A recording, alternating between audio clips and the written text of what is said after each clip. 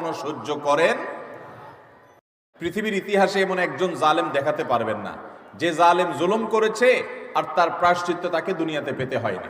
পৃথিবীর ইতিহাসে বহু জালেম গিয়েছে।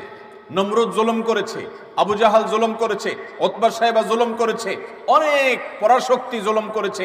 আল্লাহ তাআলা তাদের প্রত্যেককে অপদস্থ করেছেন, অপমান করেছেন, তাদের মুখ সম্মোচন করেছেন, তাদের শাস্তি দিয়েছেন। তবে আল্লাহ ছাড় দেন। আল্লাহ বলেছেন ইন্নামা নুমলি লাহুম, আমি ছাড় দিয়ে রাখি। ইন্না কাইদি মাতিন, ছাড় দেওয়ার পরে যখন ধরি সেই ধরাটা হয় বড় শক্ত, সেটা থেকে বাঁচার কোনো উপায় থাকে। জুলুম এমন অপরাধ, কোন মুসলমান যদি কোনো হিন্দুর প্রতি জুলুম করে, কোন নামাজি মানুষ যদি কোনো বেনামাজির প্রতি জুলুম করে, কোন ধার্মিক মানুষ যদি কোনো অধার্মিক মানুষের প্রতি জুলুম করে, তারপরও আল্লাহ তাআলার সাহায্য ওই মাজলুমের প্রতি থাকে, হোক সে অমুসলিম, হোক সে অন্য ধর্মের মানুষ। কারণ জুলুমকে আল্লাহ কখনো সহ্য করেন। পৃথিবীর